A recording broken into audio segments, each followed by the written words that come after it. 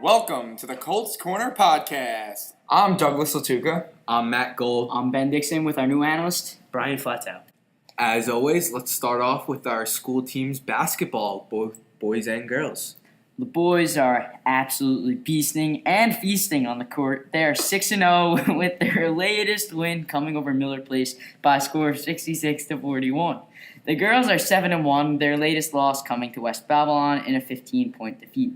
As the NFL season comes to playoffs, here are some matchups. We have the Oakland Raiders and the Houston Texans at 4:35 on Saturday, January 7th. Houston is favored by 3.5. Oakland with Connor Cook as their starting quarterback. Houston plugging Brock Osweiler back in. I like Houston. Their defense is electric, and I don't think Oakland can get it done with Connor Cook at quarterback. On that same day is Detroit heading to Seattle. Detroit's lost a few in a row, but Seattle has struggled with the loss of Earl Thomas this year. It is to Seattle at home. They're 8 points. They're favored by 8 points. I'm going to take Seattle in this one. Wow, bold. Next up, we have Miami at Pittsburgh. Pittsburgh can arguably have the best offense in this league. Le'Veon Bell and Ben Roethlisberger with Antonio Brown round out the big three. Miami has gotten hot with new head coach Adam Gase. He's really helped turn the program around. However, the Steelers' offense is just too good. They're going to roll right past the Dolphins at -10. The afternoon game, the Giants at the Packers, one of the most anticipated wild card games in years. We got Eli Manning, first time in the playoffs since they won the Super Bowl. And we know what they can do. The Packers, they've really been on a roll ever since Rodgers said they were going to run the table. Green Bay favored by 4.5. I got the Giants covering, but Green Bay in a win. And on to the MVP discussion. Green Bay does have one potential MVP, Aaron Rodgers. Many think he should win the award. What do you guys think?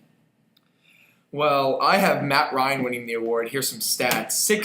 All 16 games he played, 38 touchdowns, 7 interceptions, 69.9 completion percentage for 4,944 yards. The Atlanta Falcons have arguably the best offense in the league. They have the first round bye, and I believe Matt Ryan should be the MVP. Yeah, I got Derek Carr. In the 15 games that he played this year, they only lost 3. And the MVP is truly, it shows who's really the most valuable to his team. That's really what it's called. So when Carr went down, his team kind of struggled against Buffalo. Still got the win, but you can clearly tell that they missed him in the next game against Denver. They got obliterated, and they whiffed Derek Carr. They destroyed Denver. So he's truly the most valuable player to me. I mean, I do agree that Carr has definitely been immensely valuable to his team. If you take Carr off the Raiders, they're definitely not where they are now. Playing a home game against the Texans, definitely not doing that without Carr. However, I feel like Aaron Rodgers is the exact same thing as Derek Carr, except kind of a better version of it. He's thrown more touchdowns, more yards. They do have similar advantages. Both Aaron Rodgers has Jordy Nelson, Derek Carr has Amari Cooper. The Raiders do have the second best offensive line in the league, and Latavius Murray. Eddie Lacy went down early, and Aaron Rodgers has had to do it pretty much all by himself. So he's my argument for MVP.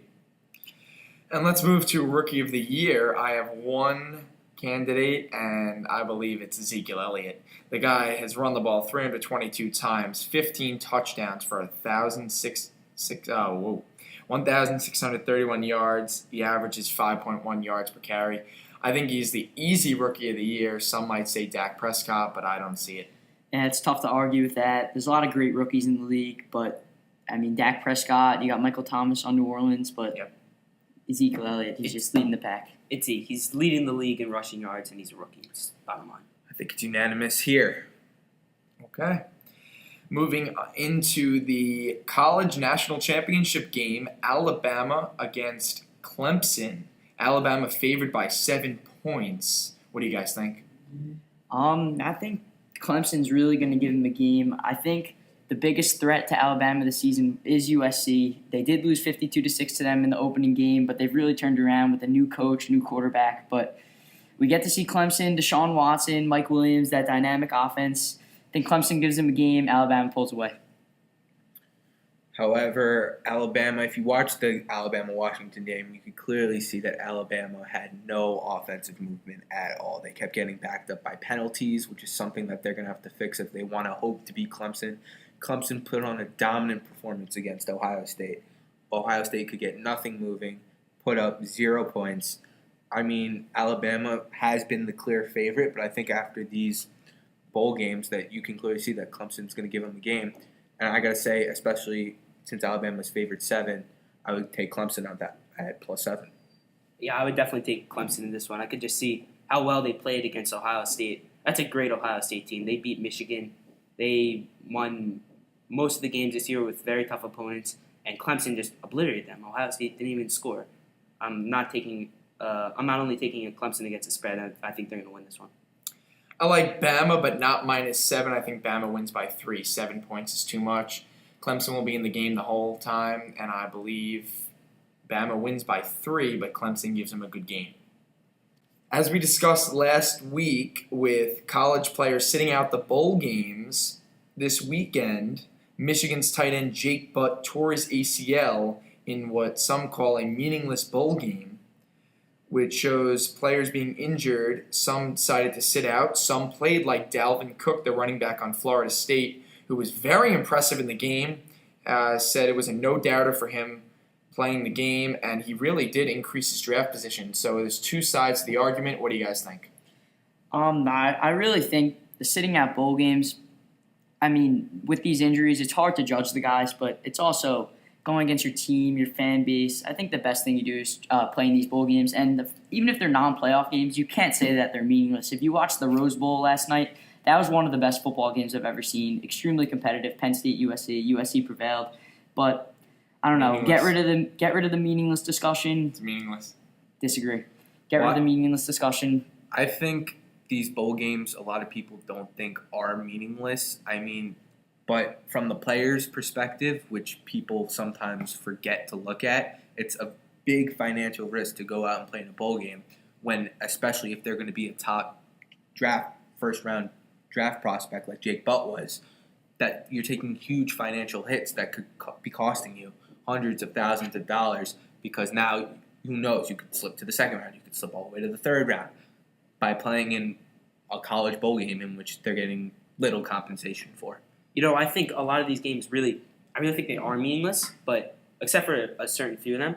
And a few weeks ago, I would have said definitely play in the bowl games, but after seeing Jake Butt hurt himself, yesterday we saw Dory Jackson hurt himself, I see where they're coming from. I mean, it's a risk-reward scenario, and you could come out like Dalvin Cook or you could be Jake Butt. It's up to you. I believe that the players should only play if they're in the playoff. I think the other bowl games are meaningless for them because of the injury risk. If you're in the playoff, you're trying to win. You're trying to win the national championship. I get where they're coming from.